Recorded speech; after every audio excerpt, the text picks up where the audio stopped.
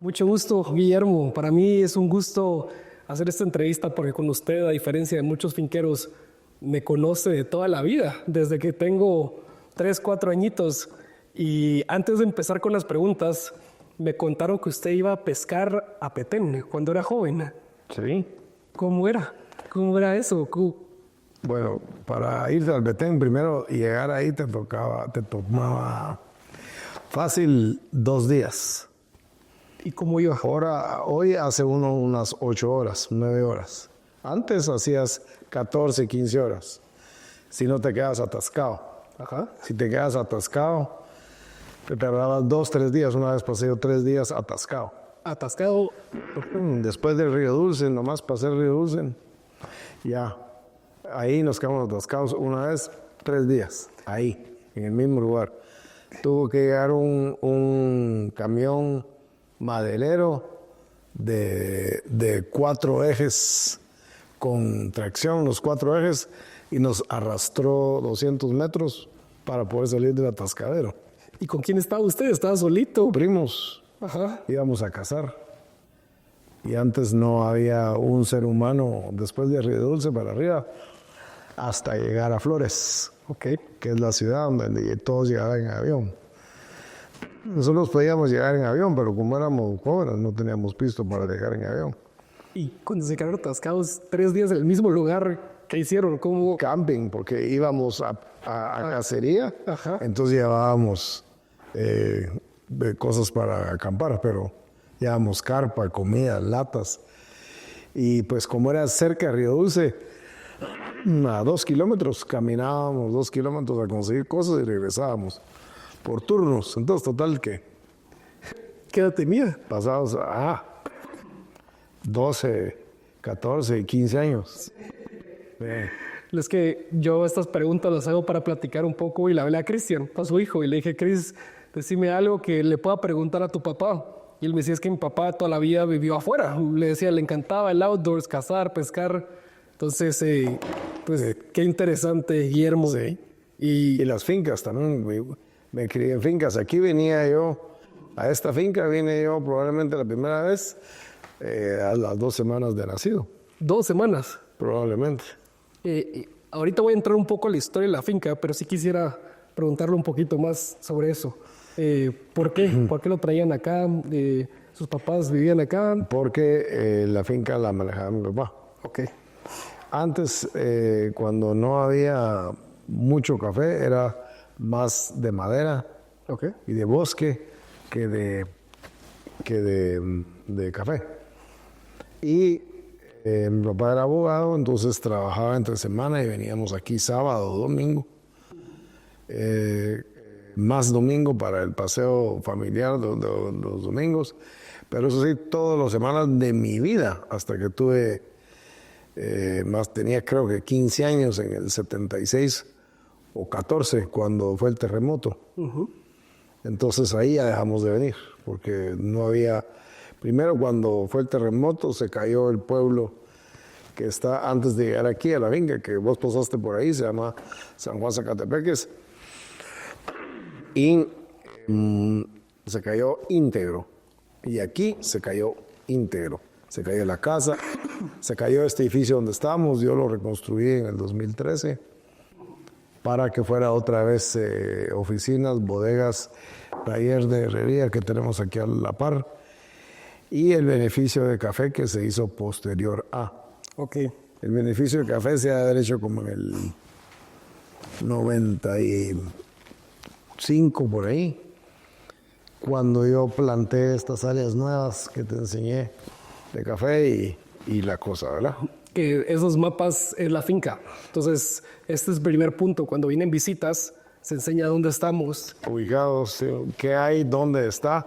Lo tenemos todo muy ordenado, muy bien ubicado, todo bien distribuido para saber qué y cómo manejarlo y qué hay dónde, cuánta área, es decir, todo exactamente ubicado para poder también aquí planificar los trabajos en este y en mapas que tenemos en otras partes. Entonces, la primera pregunta que tengo, Guillermo, San José Ocaña es una de las fincas más viejas que tiene Guatemala.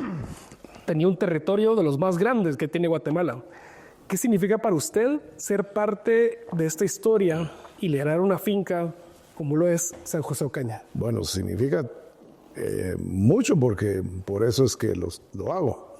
Por eso es que estudié agricultura. Pero, digamos, la finca era grande en extensión, pero es porque era una finca forestal, que siempre se ha manejado muy amigablemente con el ambiente, sin que existiera todos esos términos en ese entonces, pero siempre hemos sido, digamos, yo lo heredé de mi papá, que siempre ha sido muy consciente con el bosque. Siempre lo manejó bien, lo cultivó bien. Digamos, los árboles que existían eran todos manejados, escogidos, aunque era un bosque natural. Siempre fue bien mantenido en el sentido que solo los árboles y la cantidad de árboles por área que tenían buena estructura y buena cantidad por área estaban siendo manejados, se tenían en la finca. Esto que está diciendo, yo voy a agregar una nota que le hablamos antes de la entrevista y es de que están trabajando para volverse carbono positivo, ni siquiera neutral. Ahora que existe la posibilidad de que Guatemala como país ya tiene acceso que eso es reciente. Esta es la primera vez que el país lo hace y la finca va a entrar en ese programa de recibir un pago por bonos de carbono, de CO2 capturados. Eso es interesantísimo porque hace un mes yo hice una baseline de carbono de Caribbean Goods y la producción de café creo que emite 4 kilos de carbono de CO2 por cada kilo de café producido.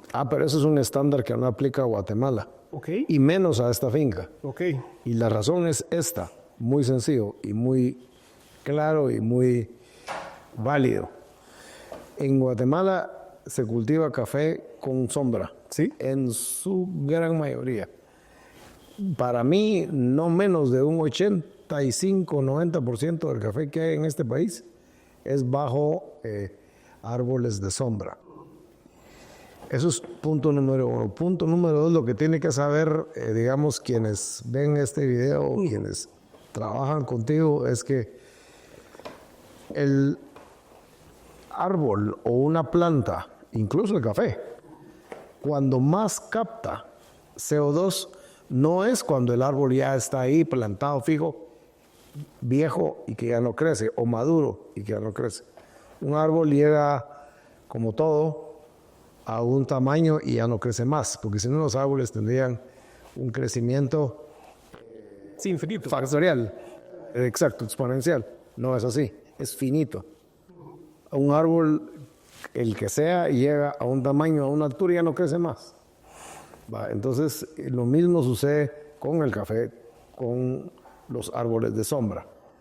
Pero como sucede que los árboles de sombra y el café tienen manejo, que es del verbo podar, todo, sombra y café, todo se maneja.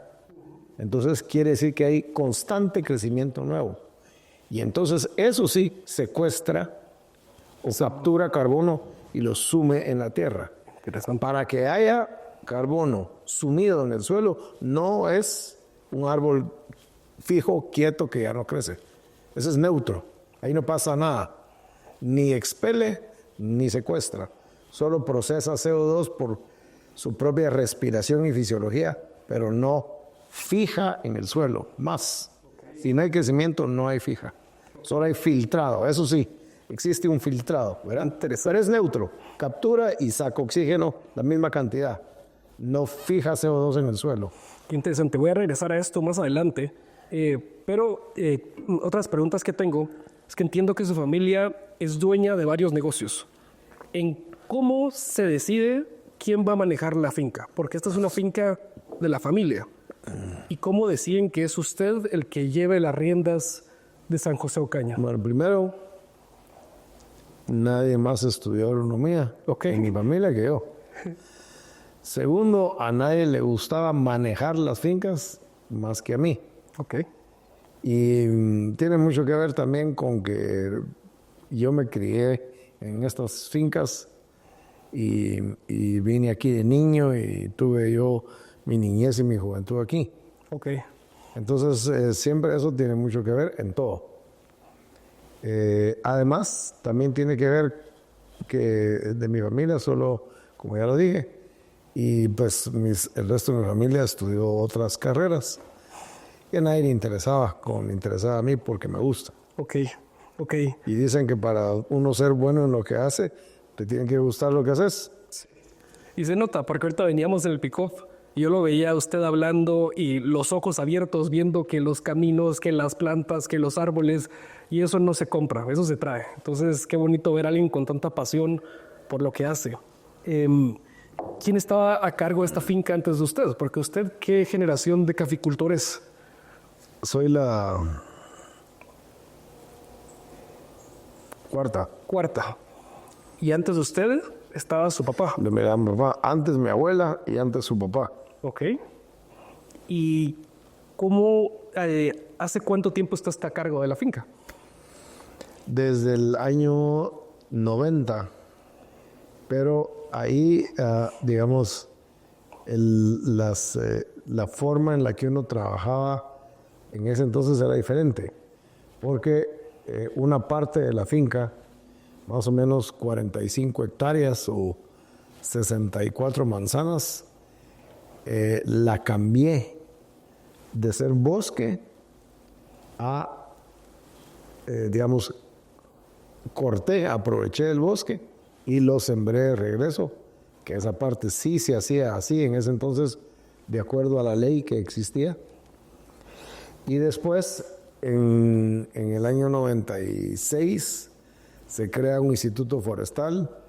En el 97 empieza a funcionar y yo tomo la finca en el año 2000, la parte forestal. Okay. Yo fui parte de la creación de ese instituto, aunque era muy joven, pero tenía yo más o menos unos, ¿qué serían? Unos 31, 32 años cuando se hizo el instituto. Yo entré a formar parte del grupo que lo formó en el año 2000 y lo empezamos a hacer funcionar. Fuimos de las primeras fincas que hicimos un programa de corta y siembra de bosque sin parar. Okay. Yo todavía logré hacer un ciclo de 12 años de cortar, sembrar, que ahorita es la parte que estamos aprovechando y vamos en ese surco, en ese ciclo otra vez. Regresando un poco a las preguntas, ¿cómo estaba la finca? O sea, entiendo que usted tenía la parte forestal, estaba la parte de café, pero ¿se veía como se ve hoy San José de Ocaña cuando usted la tomó en el 2000? No, se veía como un terreno completamente rústico, sin infraestructura, sin caminos. Una finca de café o forestal sin caminos no es posible trabajar. Entonces, parte de la innovación que hice yo aquí con mi equipo fue que lo que no existía en otras fincas, que lo que se iba aprovechando forestalmente, que era la misma cantidad en cuanto a producción en metros cúbicos todos los años. Para también, ese es otro concepto que también pues yo determiné que era el que se tenía que tener para que pueda una unidad productiva sostenible y constante, porque todas las fincas de madera forestales en el país no se trabajaban así, se trabajaban solo en una época del año, entonces construimos caminos para que se pudieran trabajar las 52 semanas igual. Okay. La misma cantidad, haciendo lo mismo todos los días para tener una producción constante como deben de ser las unidades productivas en general. Vos tenés una fábrica de zapatos, tenés que producir la misma cantidad de zapatos al mes, todos los años, a no ser que vayas creciendo.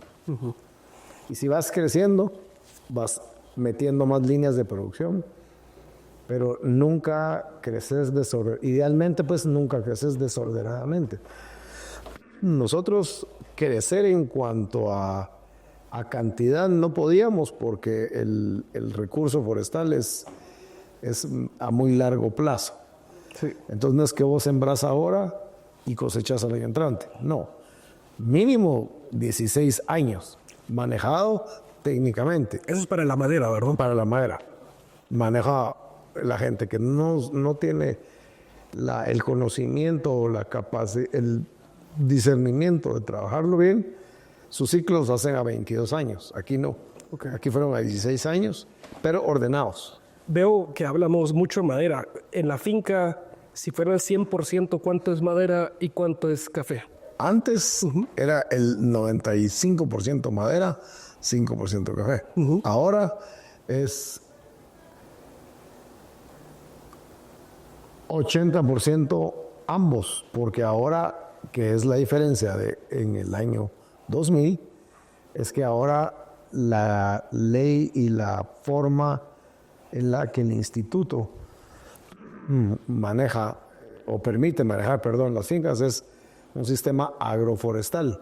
Entonces yo implementé eso cuando lo hicimos factible legalmente hablando. Es decir, antes vos, si cortabas bosque, podías solo sembrar bosque. Pero en el año 2010 más o menos lo modificamos, pues mucho a instancias de tu servidor, y vimos que no tenía por qué pelear una cosa con otra.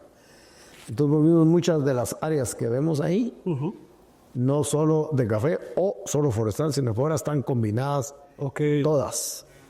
A excepción de unas pequeñas áreas en las que podíamos, digamos, que no podemos sembrar café porque no tenemos la posibilidad por la topografía que tienen y porque están destinadas a conservación, que es para preservar las fuentes de agua. Perfecto. Entonces ahora toda la finca es sistema agroforestal. En toda hay café con bosque. Con bosque. Perfecto. A excepción de las pequeñas áreas. Una pregunta que no hice, pero la voy a hacer es, cuando usted tomó la finca en el 2000, 2001, ¿se la imaginaba como está ahorita? ¿Cómo le imaginaba? No, porque no teníamos el sistema agroforestal. Entonces fue porque yo no sabía que ahora que ya es más café que bosque en cuanto a la cantidad de trabajo, no de área, necesariamente, sino que en cuanto a línea de trabajo y línea de producción, no sabía que existían variedades, no existían las competencias, no existía el mercado de café de especialidad, que es básicamente la razón por la que estamos aquí sentados. Exactamente. Aquí estamos sentados porque vos te dedicas al negocio del specialty coffee, que es el café de especialidad. Y la finca fue pionera porque yo identifiqué eso en los años 2000, igual, casi que al mismo tiempo, porque a pesar que no estaba combinado en ese entonces café con bosque, sino que eso fue a partir del 2010 más o menos, sí empezó a existir el café, las competencias de café de especialidad.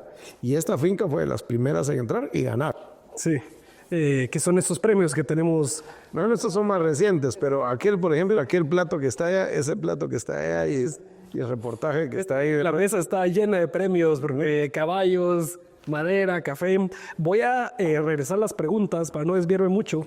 Y esta pregunta me encantó cuando la escribí. San José Ocaña está reconocida por ser una finca de excelencia. ¿Cuántas variedades de café tienen sembradas y cuáles considera usted que son las más representantes de la finca? Sembradas tenemos más de 30, como 34. Pero en producción y productivas, porque unas no están en producción y otras no son productivas, y al punto que las vamos a arrancar. Para mí las más significativas de la finca es Borbón Amarillo, una que se llama Java, aunque no es muy productiva, pero es excepcional y a mí casi que es la que más me gusta. Y tenemos geishas, tenemos 4 distintas clases de geishas. Y las que más, yo la que más identifico a San José Ocañacón, hoy por hoy, es pues lógicamente nuestro Borbón, el Borbón amarillo, el Nance que le decimos aquí. Nance es una fruta muy guatemalteca. Sí. Creo que solo aquí hay, que es como, vos sabes cuál es, ¿verdad? Es una cereza amarilla. Y yo diría que también pues nuestros Borbones clásicos, que son Borbones que estaban aquí y que solo los seleccionamos. Ya dije el Borbón amarillo Nance, Java o Java, que dicen los gringos. Creo que nos vamos a ir también por, ¿cómo se llama esta? Los centroamericanos, porque son muy buenos productores, y Anacafé 14.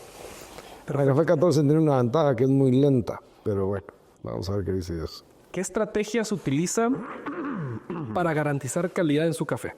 ¿Cómo intenta garantizar año tras año un café de excelencia?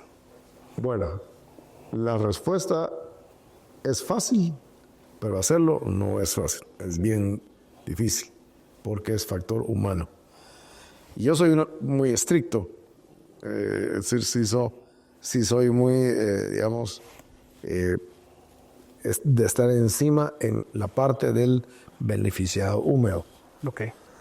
¿Usted considera que la calidad está en el beneficiado húmedo? No solo lo considero, sé que eso es en un 80% la calidad está en el beneficio, porque primero puedes hacer mucho en calidad ahí una vez que cortas en el campo, pero el otro 20% que es campo te lo da primero la zona de vida, por supuesto.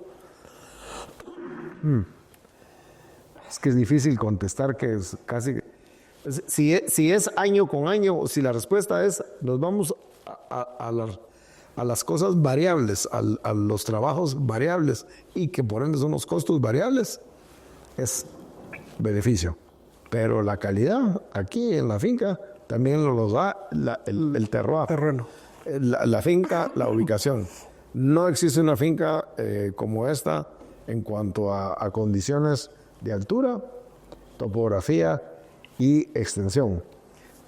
Algo que yo quisiera platicar, y lo hemos visto en años pasados, intento venir una vez al año, es de que usted cambió la forma de fertilizar las plantas. Antes eran floreales, se regaban en las hojas.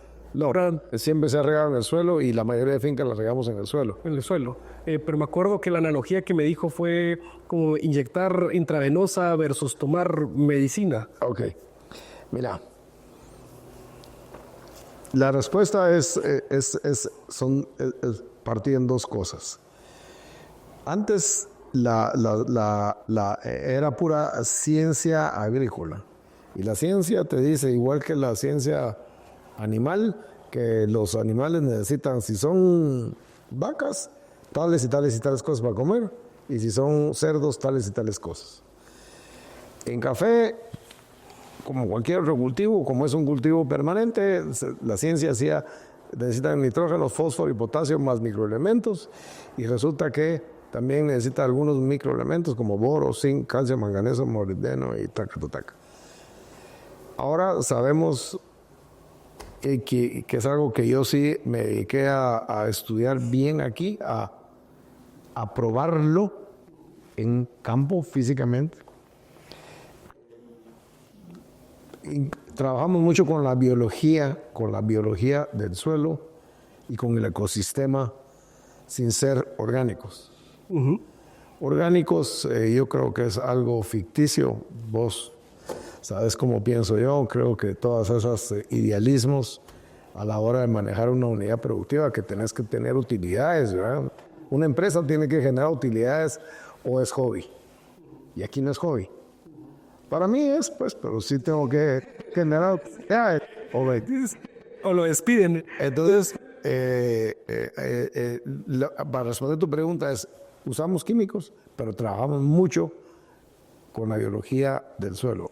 cómo producimos nosotros nuestro propio orgánico aquí, pero no es solo estiércol, Eso quería hablar. sino que nosotros tenemos 3 clases de animales. Tenemos caballos, en cantidad. Tenemos ovejas, sheep, ovejas, después caballos y después vacas.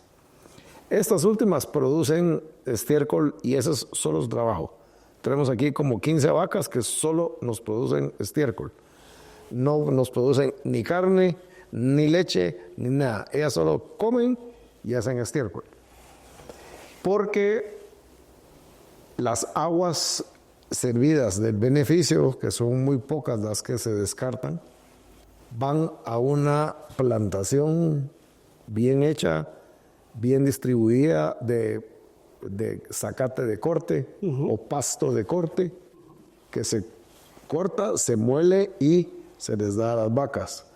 Pero antes, la razón de ser de eso es porque las aguas servidas del beneficio se atrapan ahí, se llevan por tubería, por gravedad, a una zacatera en donde llega el agua servida, se riega racional y equitativamente y bien diseñado, la cantidad de agua por área. Crece la grama, se la comen las vacas, Hacen estiércol. hacen estiércol y se van a las lombrices. Y las lombrices alimentan. Las lombrices se alimentan del estiércol de las ovejas, caballos y vacas, pero le agregan todo lo que el tracto digestivo de una lombriz hace. Y es agregarle mucha aminoácidos al descomponerlo en su tracto digestivo, pero sobre todo el ecosistema de la lombricultura tiene muchos organismos vivos.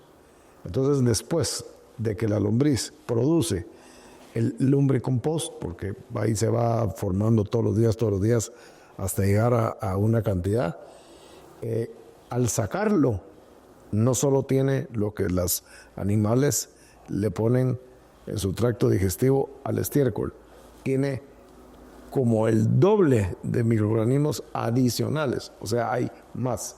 Sí. Y hoy se sabe que eso en el suelo logra hacer que la planta sí se nutra del suelo que Dios puso ahí. Ok, eso es lo que vimos hoy, que cada... Eso es lo que vimos hoy. Cada planta hoy es más sana, más verde, se ve más nutrida, se ve más completa. Hoy casi que no puedes ver el suelo de todas las ramas que hay ahí, completamente bien estructurada la planta, porque encima de todo una planta bien nutrida ya crece como tiene que crecer, Sí. porque es una planta sana, no como sucede muchas veces y cuando las plantas no están sanas crecen mal. Y entonces ahí también gana uno en cuanto a producto, porque donde las plantas producen café es en las ramas. Sí. Solo en las ramas. No producen ni en la punta, ni en lo tierno, es en las ramas. Entonces el café se trata de producir ramas y que las ramas tienen flores, nudos con flor, y de ahí es donde salen los frutos del café. Guillermo, usted ha estado presente en cómo evoluciona la industria, cómo se va de un producto más comoditizado, como commodity, a algo que ahora es specialty. ¿Usted la transición la vio venir? ¿Se sube la ola? ¿En qué momento se ve esa transición de cómo? Sí, la vi venir. Tan la vi venir que, como te repito, fue una de las cosas que yo aproveché y me subí en la ola porque sucedió, y eso no tengo yo que ver con eso para nada, sino que hubo un gringo que se llamaba George Howell, que él es de Boston. Él abrió el mercado de especialidad. Todavía existe George. Y tiene la idea de hacer una competencia. Pero eso era una competencia, no se llamaba... Creo que no se llamaba como se llama ahora la tasa de la excelencia en español o Cup of Excellence en inglés. Se creó poco tiempo después, como 2002 o 2000. poquito más, tal vez como 2004. Pero la primera fue en Guatemala. No fue en ninguna otra parte del planeta, fue aquí en donde se hizo el Cup of Excellence. Primero se hizo un intento en Brasil, con el café que produce Brasil, con el perdón de mis amigos brasileños, porque vamos, y yo soy miembro de la Junta Directiva de la Café. Acabo de entregar, pues ya no soy, pero sí estuve varios años y siempre nos mantienen muy bien y son amabilísimos. Pero todo el mundo, todo el planeta sabe que la mejor calidad del mundo está aquí. En Guatemala. Sí. Nos castigan mucho con compras y volúmenes porque tenemos mucho tiempo de tener mucha calidad, entonces es fácil para un comprador venir y conseguir café de buena calidad, barato en Guatemala. Entonces no fomentan al productor altamente esforzado en cuanto a producir calidad como tu servidor, con pagarle precios que uno cree que no son los adecuados. Nos deberíamos de poder estar vendiendo el café a mejores precios nosotros en Guatemala, pero la respuesta es que aquí fue la primera competencia mundial de Cup of Excellence. ¿Y participaron ustedes? Participamos y quedamos. Que yo creo que ¿En qué lugar quedé yo? Había abarcado tal vez un 10 por ahí. Pero siempre estaba ahí entre el 8 y el 19, 20. Siempre en esa franja. Y pues nunca he quedado primero, he quedado segundo. Una vez creo, pero no primero. una de las cosas que usted me marcó, usted lo dijo y me marcó mucho, fue que su palabra y su nombre valen más que el café. Hable un poquito de eso. Yo creo que eso es muy importante porque tenemos una finca, pero la finca no se puede deslazar del dueño o la persona que la maneja. Y qué bonito ver que la ética y su palabra y su nombre están amarrados a San José Ocaña, pero tal vez me cuente un poco más de eso. Bueno, yo crecí de niño viendo cómo eran los negocios de café antes. Antes no existía un contrato. Antes llegaba un comprador con el productor. ¿Cuánto café tenés? Tanto. ¿En cuánto me lo vas a vender? Pues en tanto. No puedo pagarte eso. Bueno, entonces no te puedo dar esa cantidad de café. Bueno, entonces dame tanto. Bueno, pero entonces te lo doy a tanto. Va. Y eso se respetaba. Pues venías, te dabas la mano, decías, bueno, entonces así quedamos. Y tal vez lo apuntabas tú para que no se te olvidara. Aquí es así. Hoy existen contratos, sí. Y uno hace contratos porque también lo pide así el mercado. Digamos, para poder exportar vos tenés que presentar un contrato. Y pues antes también era un contrato, pero el contrato era como un formulario. Entonces, yo sigo teniendo esa forma de hacer los negocios en todo lo que hago. No solo hago café, hago otras cosas, pero si yo hago un negocio con vos y te digo, te voy a dar tanto café de tal calidad a tal precio, eso es lo que voy a hacer. No te voy a dar menos café, ni te voy a subir el precio en el camino, como si sucede con muchos productores, y eso sí. Entonces, aquí no, aquí existe una formalidad, una seriedad en cuanto a calidad. Si vos me compras a mí tal café de tal calidad, eso es lo que vas a tener. Un ejemplo, yo puedo producirte yellow honey, black honey, te puedo producir un natural, te puedo producir un natural pasa, que es un sobremaduro en la planta que trabajamos como el natural, pero tiene una serie de características distintas.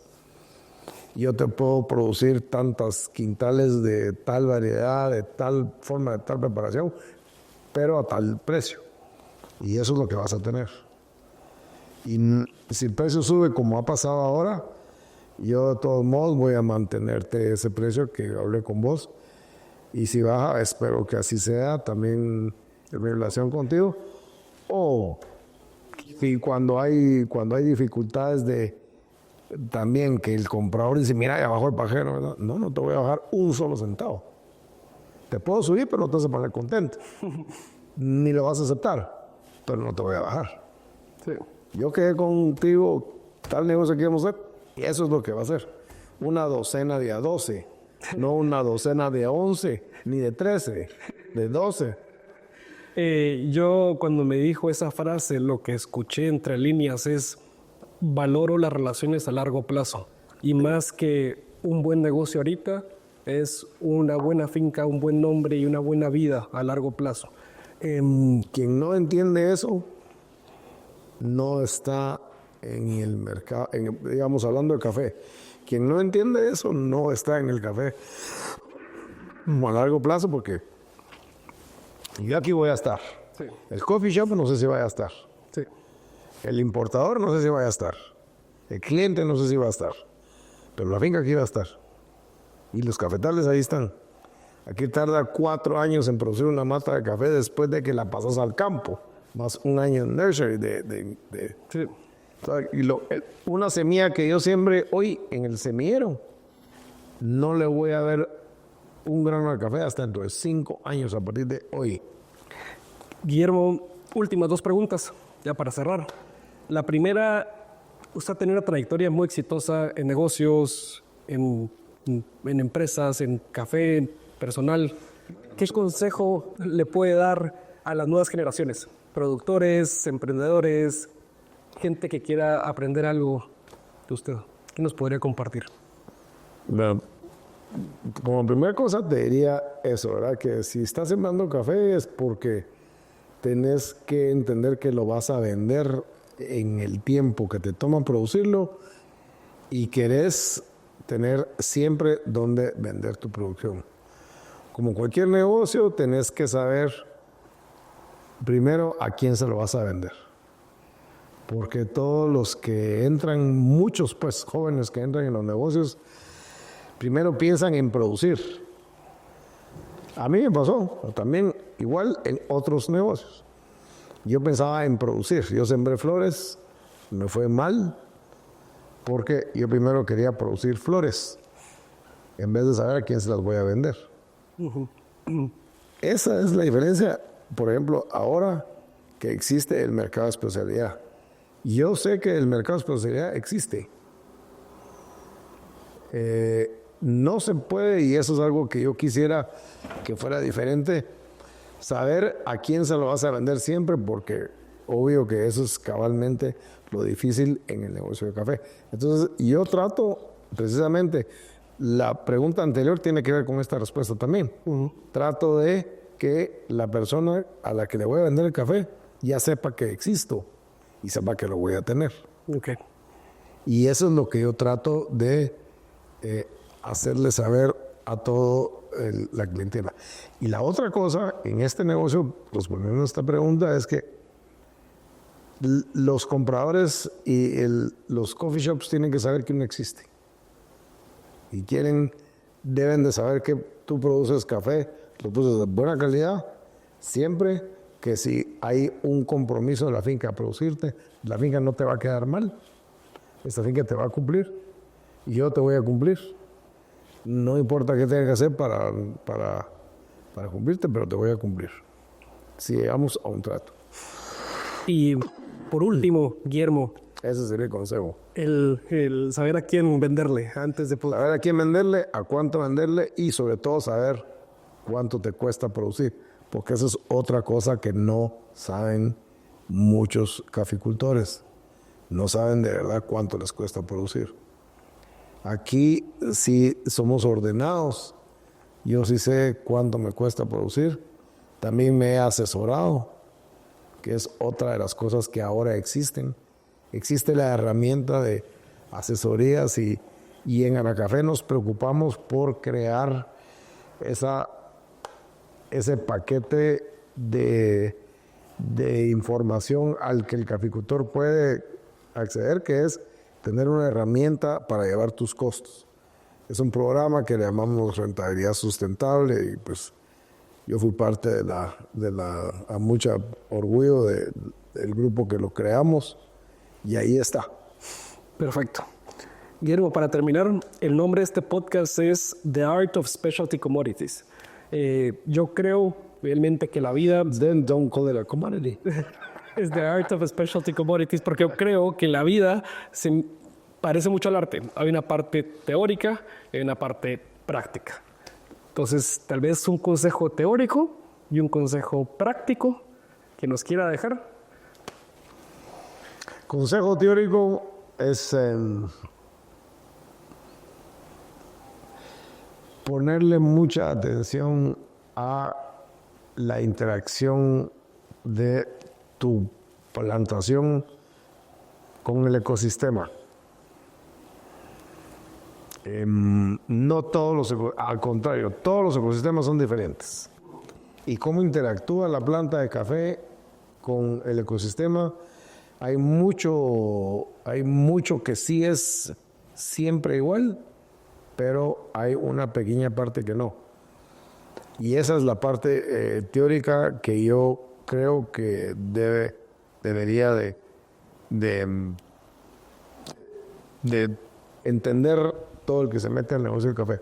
La parte teórica es simbiología de suelo. ¿Y a qué me refiero con eso? Lo que viste en el campo, ¿verdad? Agregarle al suelo lo que se llama agricultura regenerativa.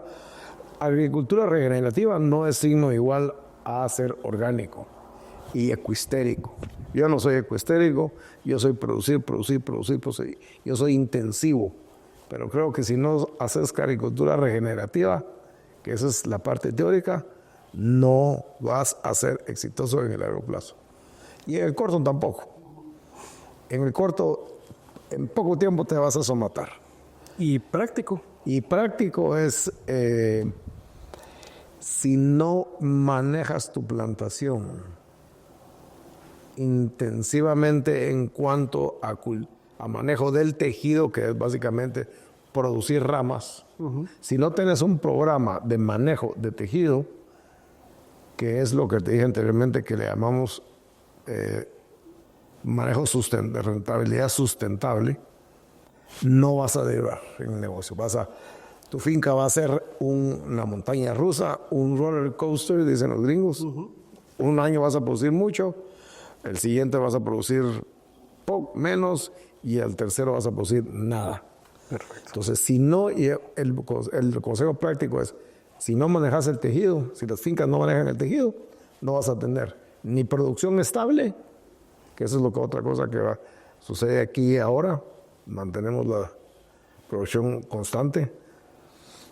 Y le voy a agregar otra respuesta práctica. Precisamente, si no producís una cantidad predecible en el tiempo, en el año, y no manejas tu tejido, no vas a tener éxito en este negocio. Se te va a caer. Perfecto. Tienes que ser constante en el manejo de tejido y constante en tu producción, que solo te la da el manejo de tejido. Perfecto. Perfecto. Muchas gracias, Guillermo. Y bueno, gracias. Gracias a ti por haber venido. Y a todos tus clientes, pues yo les agradezco mucho cada grano de café que te compran porque hacen mucho por el país, hacen mucho por ti como compañía y hacen mucho por mí como productor. Sí. Muchas gracias, Guillermo.